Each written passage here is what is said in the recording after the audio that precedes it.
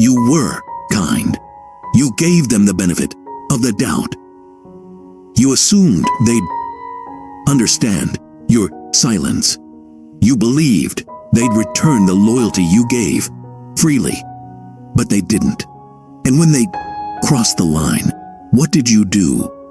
You let it slide because you thought maturity meant tolerance. You thought patience would eventually inspire change, but it didn't. It emboldened them, because people don't respect kindness. They exploit it until you learn the one lesson Machiavelli understood better than any modern man. Mercy has limits, and once crossed, cruelty isn't evil, it's survival. That's the law of necessary cruelty. It's not random violence. It's not blind revenge. It's surgical, calculated punishment, administered when all soft measures have failed. And in Machiavelli's mind, that's not immoral. It's intelligent, because when you show the world that no matter how good you are, you can be worse than they imagined, if pushed, you become untouchable. The people who suffer the most in life are rarely the weakest. They're often the kindest, because kindness assumes others see the world the same way you do, that they care about fairness, that they fear being selfish, that they think twice before exploiting someone who trusts them. But Machiavelli's world doesn't run on core empathy. It runs on pressure. And in that world, kindness isn't just ineffective, it's invisible. So what do you do when kindness fails? You stop hoping. You stop explaining. You stop giving people rope because they only use it to tighten your own noose. You begin something colder, sharper, quieter. You begin cruelty not as an instinct, but as a weapon. This is the heart of Machiavelli's law. A ruler who is too merciful lets disorder spread, but one who punishes swiftly when needed prevents worse suffering. Cruelty, when used correctly, isn't an act of harm. It's an act of containment. It's how you silence those who mistake your silence for softness. It's how you retrain the disrespectful, the manipulative, the envious. And the first principle: don't explain your change, enforce it. Look at how power truly shifts in human relationships. The man who always forgives eventually gets mocked. The woman who always listens eventually gets talked over. The leader who avoids punishment eventually loses his throne. People don't respect those who refuse to confront. They only respect those who hold the capacity for cruelty and choose when to use it. Not every attack deserves a response, but the ones that do must be answered with fire so cold they never dare again. Machiavelli warned, if you must harm someone, do it in such a way that you need not fear their revenge. In other words, don't play with cruelty. Commit to it fully, or don't touch it at all. Because once you decide that kindness is no longer the strategy, you don't switch sides. You become the consequence they hoped you'd never become. It starts with silence, then distance, then strategy. You don't announce your retaliation. You let them guess whether you've even noticed. And by the time they realize what's happening, it's too late. This isn't about being heartless. It's about being precise. Cruelty has rules. And Machiavelli's law isn't to hurt anyone. It's to make an example of those who believed you wouldn't. Because in every group, there's one person everyone watches. If someone disrespects you in public and you let it pass, you've taught the room something dangerous. You're safe to provoke. Your boundaries are optional. But if you respond not with emotion, not with noise, but with a shift in tone so deadly quiet, the energy in the room changes. Then no one forgets.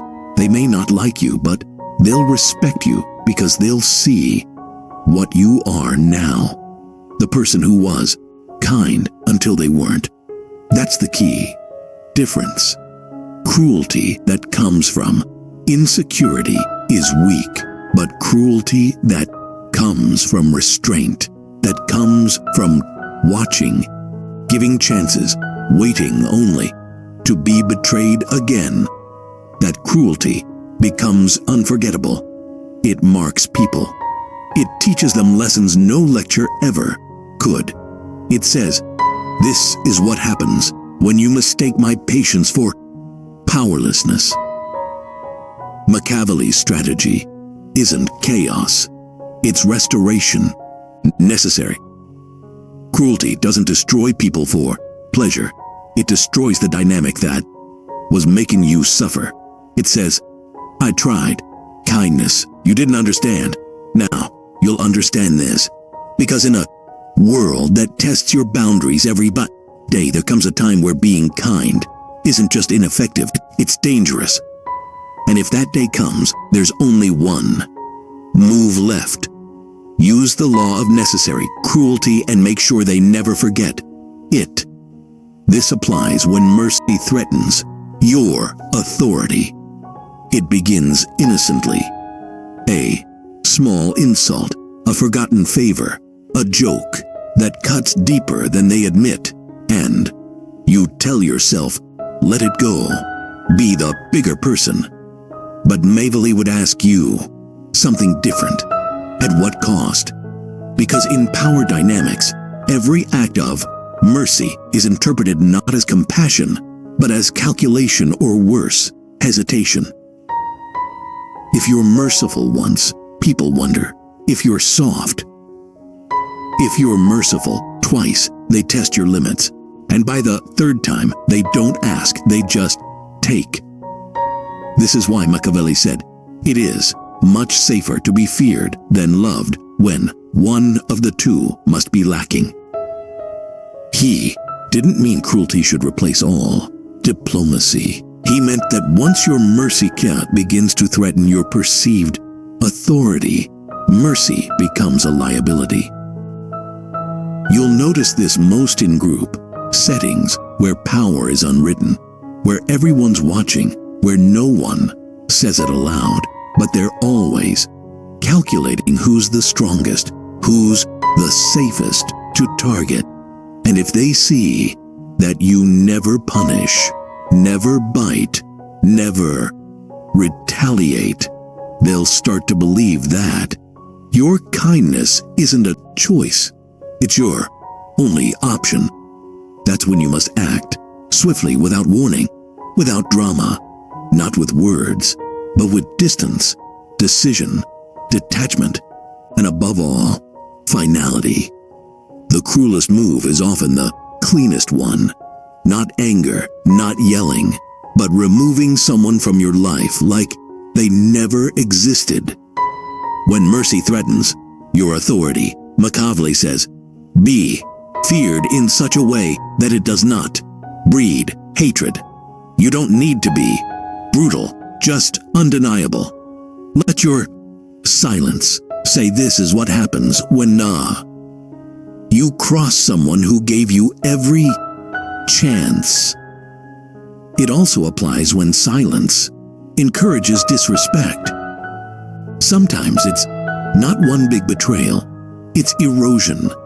100 microcuts. The way they interrupt you, the way they talk over your plans, the way they mimic you, challenge you, laugh when you're not even joking. You think it's not that serious. They don't mean harm. I'll ignore it and rise above. But what they hear is, I can say what I want, and nothing happens. Machiavelli understood this deeply. Men judge more by the eye than by the hand, for everyone can see you, but a few come in touch with you. Which means that how you are perceived matters more than how you actually feel. You may not be weak, but if you appear tolerant of humiliation, that image is. All people need to adjust their behavior around you, and that's when silence stops being noble and starts becoming permission. So what's the Machiavellian move? You don't confront them. You change the atmosphere. You disrupt the comfort they have around you. You go cold. You become brief. You stare longer. You don't laugh when they expect you to. You answer questions with stillness. You create the sense that they no longer have access to your peace. And then you let them panic.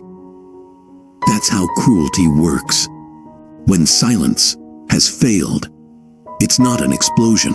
It's the freezing over of the space they once occupied. Because cruelty doesn't always scream. Sometimes it just disconnects, so permanently they're left talking to their own guilt. And finally, consider when one sharp punishment prevents 1,000 humiliations. This is where most people fail. They think being the bigger person means absorbing disrespect over and over until one day they snap. But Machiavelli said it clearly. Injuries must be inflicted all at once. Why? Because repeated forgiveness doesn't make you noble. It makes you predictable. And people only change their behavior when the consequences are sharp enough to create fear. This is the law of necessary cruelty in its purest form. If someone crosses a line and you respond with fire just once, you'll never need to respond again. It's not about revenge. It's about prevention. A sharp, sudden consequence burns itself into memory.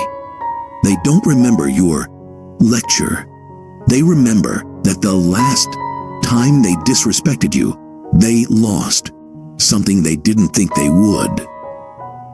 And that loss, that silence, that void, where your presence used to be, that becomes the teacher. Not your words, not your pain, but their own discomfort. Because the moment you punish someone in a way that they feel in their status, their social circle, their self-image, they'll think twice before touching fire again. Machiavelli's cruelty isn't chaos. It's psychology. It says, I don't enjoy hurting you. I just understand the game better than you do. And in this game, one well-placed act of cruelty can save you from a lifetime of being taken for granted. Cruelty, if done right, isn't just a weapon. It's a message. I was kind. You chose this. Now live with it. The mistake most people make when they finally decide to stop being kind is going too far. They confuse necessary cruelty with emotional revenge. They want the person to hurt, to cry, to suffer, to know exactly what they did wrong and beg for forgiveness. But Machiavelli would call that foolish. The injuries that must be inflicted should be done all at once. And those that confer benefits should be dowled out, little by little. Because if your cruelty looks like a tantrum, you lose the very power you were trying to reclaim. Cruelty done right isn't a reaction. It's a performance. It's artful. It's restrained. It's calculated to shift the balance of power, not to release your pain. So, how do you do it? The Machiavellian way.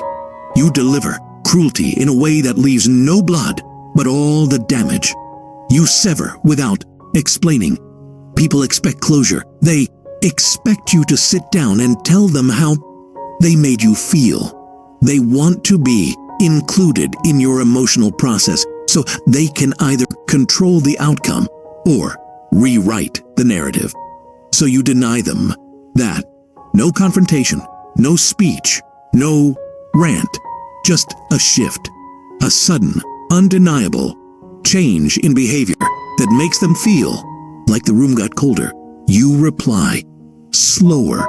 You stop initiating. Your eyes don't hold the same softness. And when they finally ask if something's wrong, you say the coldest sentence Machiavelli would ever teach. No, everything's fine. Because that ambiguity, that absence of drama, that lack of closure, that's what haunts people. It forces them to replay their own behavior, to wonder what they missed, to question what they destroyed without being told how. And in that doubt, you don't just hurt them, you teach them. You also make the loss loud without making a sound. Machiavelli understood that cruelty must be useful. So ask yourself, what lesson do I want them to walk away with? If someone disrespected you publicly, your withdrawal must be equally visible. If they betrayed you emotionally, your distance must be felt emotionally, socially, even physically. Don't ghost them. Don't block them in silence. That's too easy. Instead, go cold in the room. Let them watch as your attention shifts away. Let them feel how much energy they used to take up by how empty your eyes are now. The cruelest punishment is often the quietest kind. You don't argue. You just never make them feel chosen again. Furthermore, you make their reputation pay the price, not yours. A common fear when using cruelty is, but what if I look like the villain?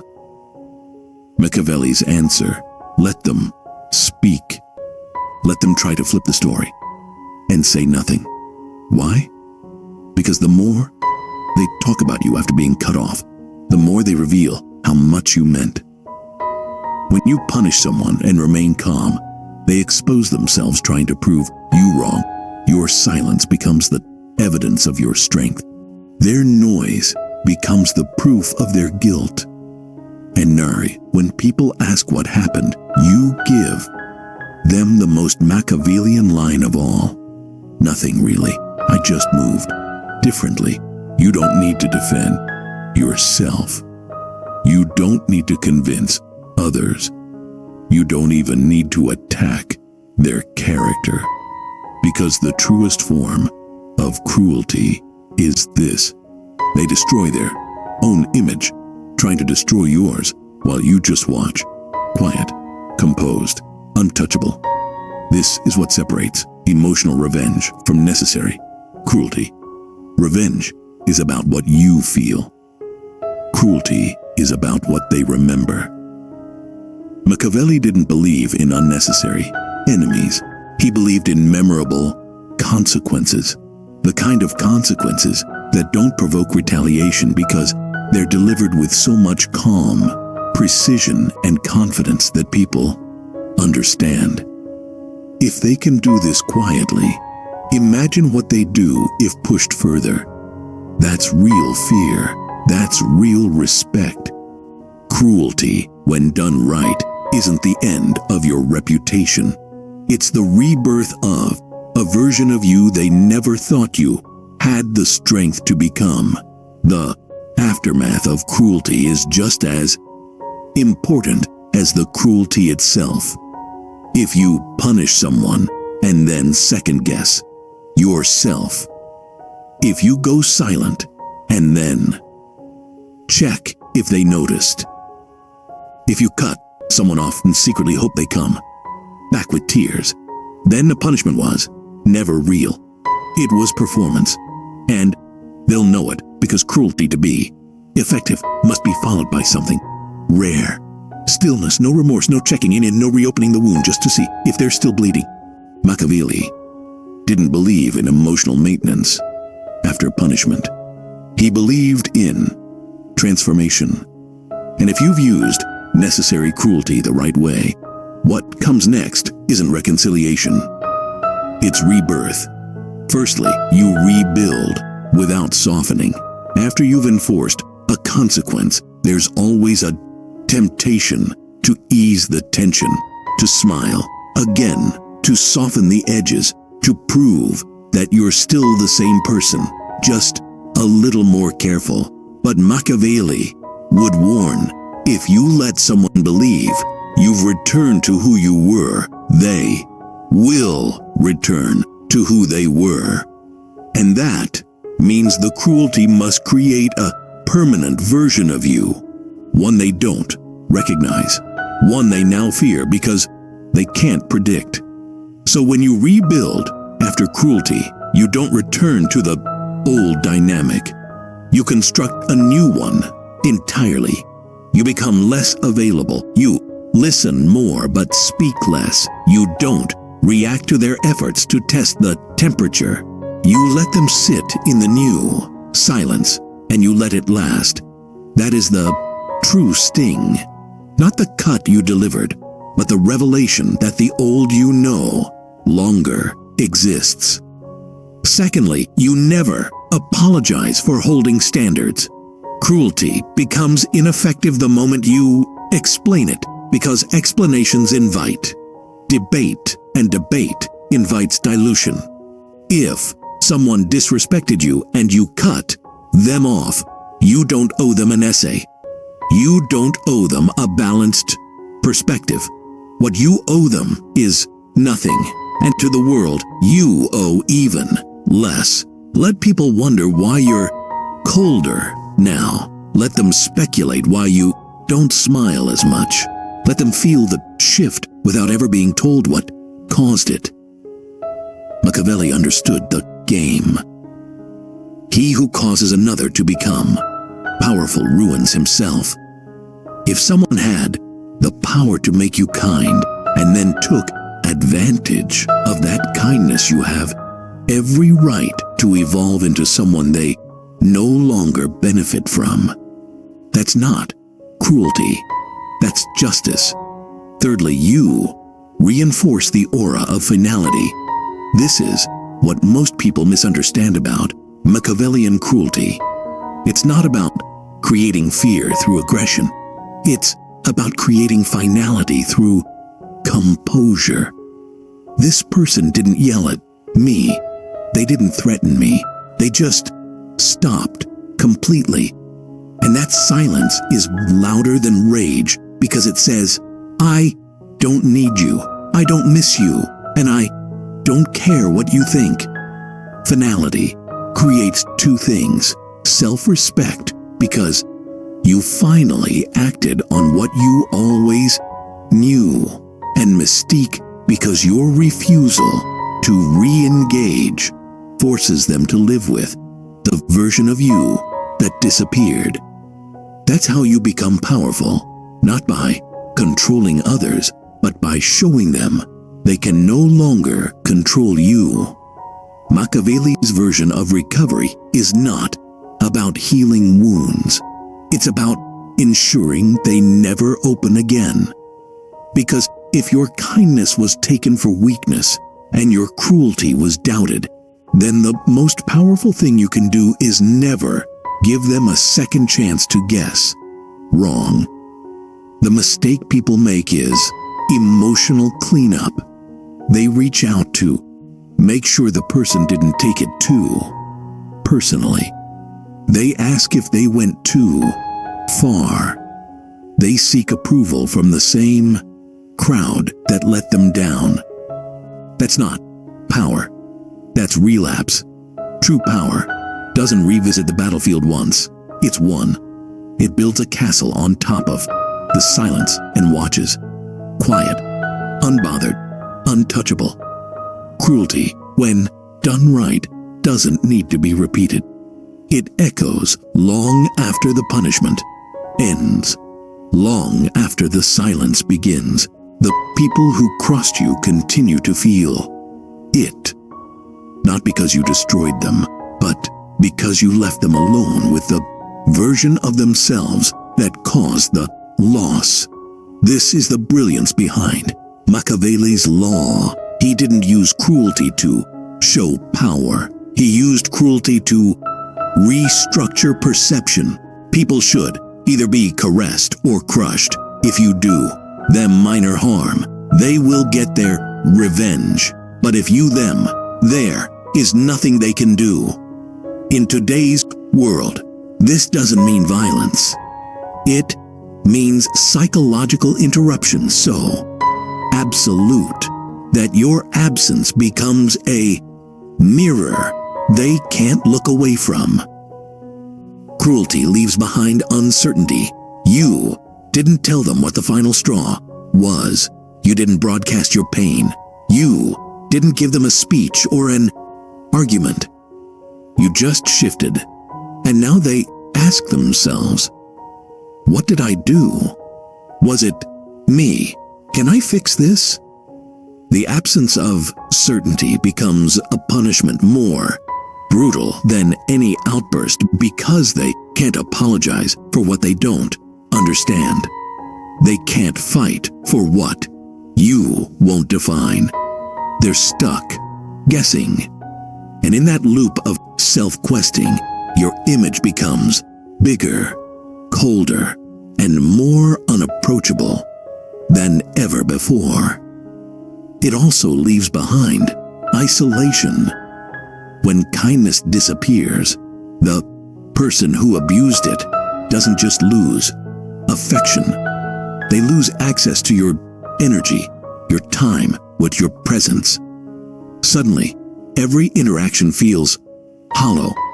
The people around them don't treat them the same, because whether they admit it or not, you brought gravity to every room you were in.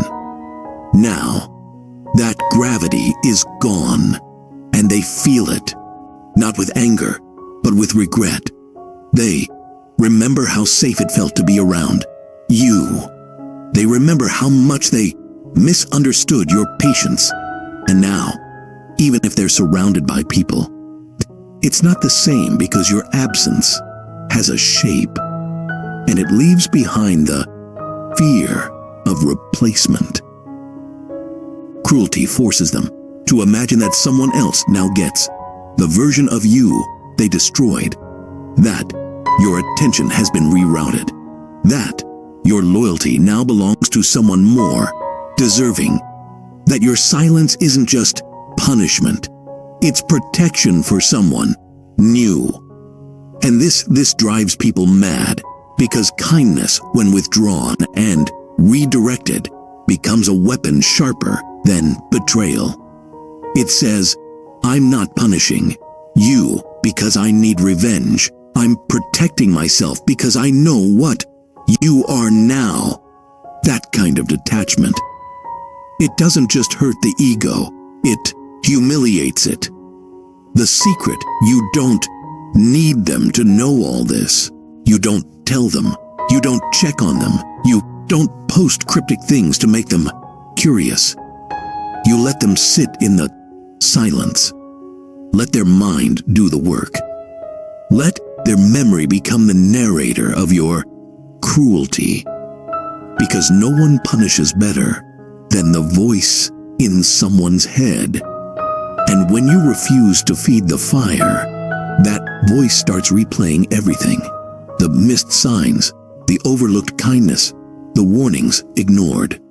And that loop, it becomes your legacy. Machiavelli knew that cruelty should be useful, not satisfying.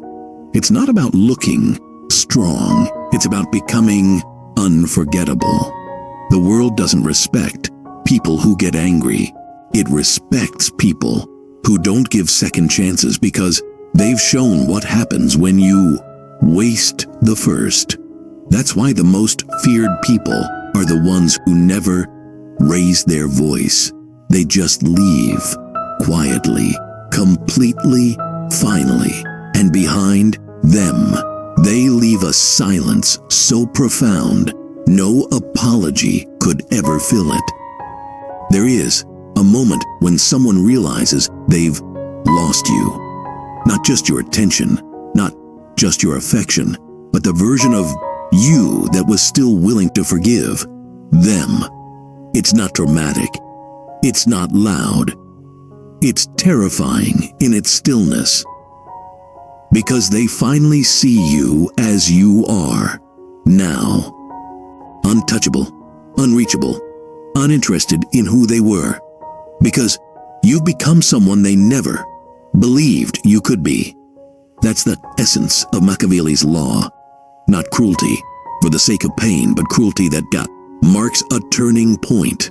Cruelty that doesn't just punish the offender, it resurrects a stronger, colder version of you from the ashes of your old self. It is necessary to be a great pretender and a dissembler, and men are so simple and so obedient to present necessities that he who deceives will always find those who tease. Let themselves be deceived. This is why kindness is never enough. Because in a world where people obey pressure, not a principle, the one who masters the illusion of restraint becomes the one who dominates the game. And the most powerful illusion of all that you were, only ever capable of kindness until you weren't. Your silence became your armor. Your detachment became your sword. Your restraint became your revenge. They expected you to fight. They expected you to beg. They expected you to lose sleep over what they did, but you didn't. Instead, you left them exactly where they stood, stunned, spinning, trying to figure out how you went from soft to steel. And that transition, that's your power now. Machiavelli never told you to be cruel. He told you to be respected. And if that respect only arrives after you draw blood, so be it. Because this world doesn't reward the kind-hearted who never strike back. It rewards those who understand this brutal truth. People don't change unless there are consequences, and those consequences must hurt more than the behavior ever rewarded them. So when kindness fails, don't wait, don't hope, don't explain. Do what Machiavelli would do. Cut clean, stay cold, and never give them another glimpse of the warmth they threw away. Let the world whisper that you've changed. Let them say you're not who you used to be. Let them wonder what happened, but never tell them. Because if they really knew what you went through, they'd understand that kindness was the warning, cruelty was the answer, and your silence is the proof that you survived. This is how you become powerful. This is how you become untouchable. This is how you stop being the victim of your own patience.